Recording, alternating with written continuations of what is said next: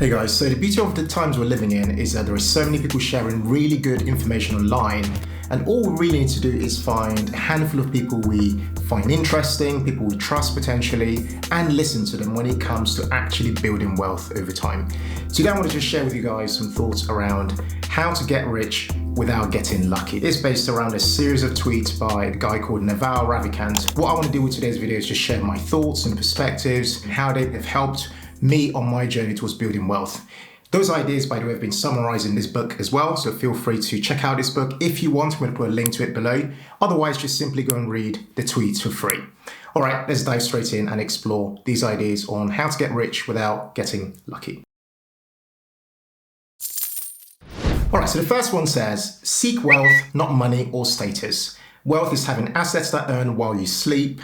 Money is how we transfer time and wealth, and status is your place in the social hierarchy.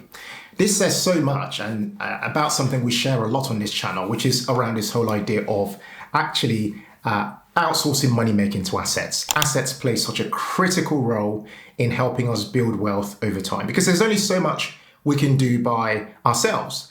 I found this whole idea of building wealth a lot easier by really thinking about creative ways of investing money into assets. These don't need to be the traditional assets that we all talk about, such as properties and so on, physical units, although those are absolutely credible ways for you to build wealth. You can also think digital assets as well.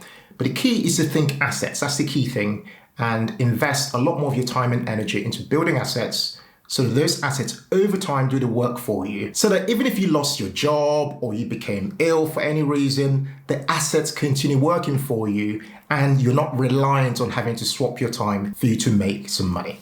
All right, so the second one says, you're not going to get rich renting out your time. You must own equity, a piece of a business to gain your financial freedom. This is such a powerful point. Again, this speaks to this whole idea of ownership, owning a piece of something else. The equity in a business is truly where the wealth is. And most of us who are typically working in 9-to-5 jobs never really have the opportunity to own equity. One thing I said to myself when I used to work in a 9-to-5 arena, I used to say to myself, what I really wanted was an employer that gave me an option to own some equity. What I found is that some employers actually offer you that possibility. They might do it through options in a company and things like that. But typically, you might find that if you worked for a small or medium-sized entity, you might have to ask to actually have equity in the business. Ask over time once you've demonstrated loyalty to the business and demonstrated almost an interest from a long-term perspective, then you might have access to the equity within that business. Or you might actually, for example, move jobs and get equity in a startup. That's another way to do it. A final way is to actually start your own business, and you're starting off owning all the equity in that business. And if you can bootstrap and grow that business by yourself over time, that's fine. You get to keep all the equity and obviously all the benefits that come from owning that equity, such as you paying yourself dividends and things like that. Or you might find yourself having to, give away some of that equity to raise some funding in order to grow your business. In every sense, owning equity is an integral part to that journey towards building wealth and ultimately working towards your own financial freedom. The third one says, you get rich by giving society what it wants, but does not yet know how to get at scale. This is such an interesting one when you think about it. When people think about starting various ideas or starting a product or whatever, one thing a lot of people never really think about is the demand. Okay, so it might be something that's short in supply, but something that people really want, i.e. there's demand for that particular thing.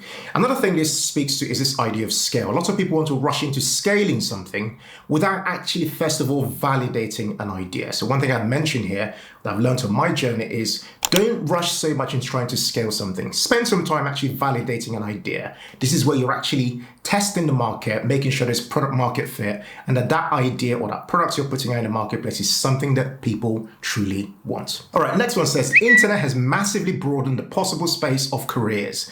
Most people haven't figured this out yet. Okay, now this one really speaks to me because I never ever thought in my life that when I think 5 years ago, did I ever think to myself I'd be somebody making money online, working, doing something I really enjoy on the internet? Did I ever think that might be something I did, given I had a traditional career, worked as, trained as a chartered accountant, worked my way up to become a chief financial officer? Did I ever envision that? No, is the answer. I only got here by experimenting, trying things out, seeing people, like myself right now, online doing things, thinking to myself, wouldn't it be cool to try and do something slightly different, something that I really enjoyed and really found passion in, whilst also able to apply my talents and make money from it. So the internet has really broadened the possibilities, and it carries on evolving. There are so many things happening online now with various ways that people are making money. You might have heard of people now exploring, NFTs, non-fungible tokens and things like that online as ways to make money, to sell art and things like that.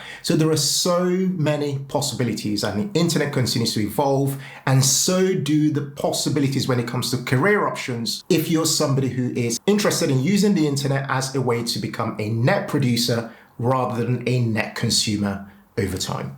All right, so the next one says, play iterated games. All the returns in life, whether in wealth, relationships, knowledge, come from compound interest. Now, this is what you guys know that I'm a big fan of, right? One thing I want to say with this one in particular, for people who are starting side hustles and things like that, a lot of us always say, hey, Ken, I don't have a lot of time. Time is my big problem. What impact is 30 minutes here going to make on my side hustle in the future? You see, I had a big experiment when I started Humble Penny on the 3rd of December, 2017. My experiment was to commit 2 hours per day and give myself 3 years to make it a success or fail trying to do it. And I did that because I understood the power of compounding. I understood that an hour here, 30 minutes there, 2 hours there, all adds up over time, okay? So in the same way that I was able to apply that idea of compound interest to me starting a side hustle, the same idea works on relationships. Next month, I would have been married for all of 10 years. And I can tell you, it has not felt like 10 years because time has just flown. It's been all about one day at a time, building on the relationship and trying to improve it. With that has come a healthy relationship that has thrived and continues to thrive over time. The same will apply to your health and various aspects of your life. So compound interest is absolutely powerful, and it's not something that should be ignored at all. All right, so the next one says, learn to sell, learn to build. If you can do both, you will be unstoppable. Oh man, I love that one. This is so powerful because what this is saying here is that this is really talking a lot about not just being creative, so the building elements, building and creating things, but also learning to sell things. Because there's nothing worse than actually doing one end of it, saying you can create stuff, you can make stuff, but you actually do not know how to sell it. I've had to learn the skill of selling over time, and it's something that I've had to put a lot of effort in, whether it's through reading books, learning from people online, learning from friends, and also learning by doing, by experimenting. There are 3 things you need when it comes to this idea of actually creating something that actually then ends up selling. First, you need a product. Second, you need people. So you need demand. And number 3, you need a sales system, a way in which you're going to sell that thing that means that the product you've created attracts the demand and ends up creating value and resulting in money in your bank account. All right, so the next one says, arm yourself with specific knowledge, accountability, and leverage. Oh my gosh, this is such good stuff. When I think about specific knowledge, I think about my journey. I've seen myself evolve over time. Being somebody who started off knowing absolutely nothing. In fact, being somebody who lacked a lot of confidence in my ability to actually do anything. But I had to start somewhere, and I started with one thing. That knowledge I had to acquire was me learning what accounting was. What role does accounting play in a business? And then as time has passed, I've started to run my own business and things like that, started to learn digital marketing, learning selling skills, and various things that have just almost evolved over time. And I think of it as a domino effect. If you're somebody at the moment who feels that they do not possess any specialized skills, I would try and focus on just doing one thing. Learn how to do one thing first, and then try to apply that one thing you've learned to a specific area. It could be to your job, could be to a side hustle, could be to a business that you're starting, and then observe how that plays out, and then build upon that by learning another specialized skill. The other point he makes is about accountability and leverage. On accountability, what I do to keep myself accountable is to be proactive about getting other people involved with what we're trying to achieve. For example, I wake up at 5 a.m. every day during a working week, and I do it because I truly want to show up for myself. I want want other people to directly and indirectly hold me accountable for some of the goals that I'm trying to achieve. He also talks about this idea of leverage. And examples that he makes in his book about leverage are things such as capital that people have used for generations, so being able to raise money to invest in things. For example, if you want to invest in property, you need money for that. The other form of leverage is labor. So if you are, say, starting a business and you want to really try and scale that business and grow it, you would need people, you need to build a team and things like that. And that team helps to then multiply the inputs you're putting into that business to trying to make it a possibility. But other forms of leverage he talks about in his book include the leverage of coding, which is you being able to build, being able to stay in a room like this, flip open your computer, and if you provided you've got those skills, being able to create a product on the go. And the final leverage he touches on in this book is the leverage of media, which I'm going to be touching on in the very next point. So the next point he makes is, if you can't code, write books and blogs, record videos and podcasts. Now, I can relate to this particular point because I was one of those people who said to myself, I can't code for my life. I'm not a creative person. There's absolutely no way I could learn, coding and things like that. It's just not my thing.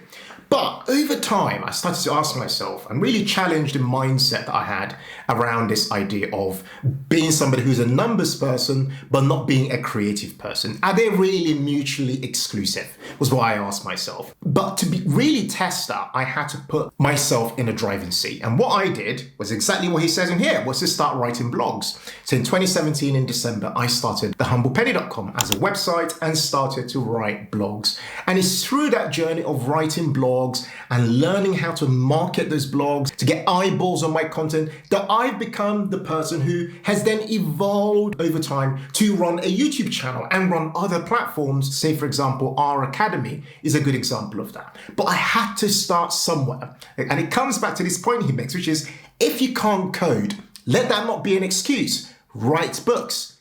If you can't write books, write blogs. If you can't write blogs, record videos or do podcasts. What he's saying here is that there's an option for everybody. Next one says, set and enforce an aspirational personal hourly rate.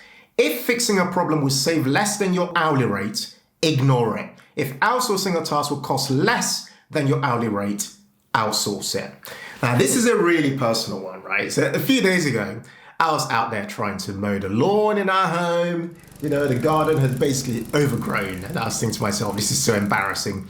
And the front of the house just needed some work. And I was out there doing the work, just out there doing the gardening. For those of you who've got a garden and things like that, there is work to be done.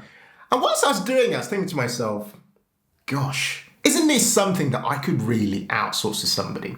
And although I really understood that principle, I hadn't applied it across all areas of my life. And this book reminds me again of that, because I could easily get somebody who is a gardener who might charge me £10 an hour to do it, knowing that I could, in that hour, go out and make £1,000 or £500 or even more than that if I applied my time properly. So this really reminds us about the importance of the value we place on ourselves and the value that we place on our time. All right, so the final one I want to share today is, when you are finally wealthy, you will realize that it wasn't what you were seeking in the first place.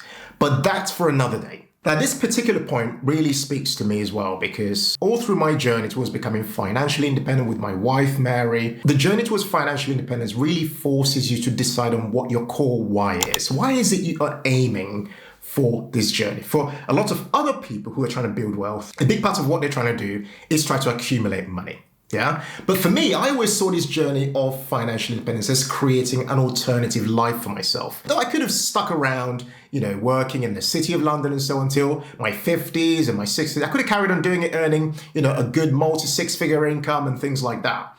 Could have carried on, but it wasn't really, the thing that really gave me a lot of excitement. I wanted a different path for my life. Your why for building wealth really matters. Your definition of what wealth means for you absolutely matters. And for me, wealth is all about buying back time to do other things that we're absolutely passionate about. I wanted to just almost put a line through money being a worry in our lives. When I think about money, I didn't want to think stress. I wanted to think joy. I wanted to be very positive about money. I wanted money to create options in our lives. And I wanted to make making money fun. Even right now that we're financially independent, I still really enjoy doing various activities that lead to making money, simply because I just love that process of saying to myself, I've spotted a problem here. What if I created a product? And then experiment and kind of see how it works out. So although wealth is the destination for a lot of people, what you find is that when you get to that point where you feel that you've achieved something quite material in your life, such as you becoming financially independent, it then becomes about something else. It becomes about, who you've become on that journey. It becomes about what activities you find meaningful and fulfilling for your life specifically.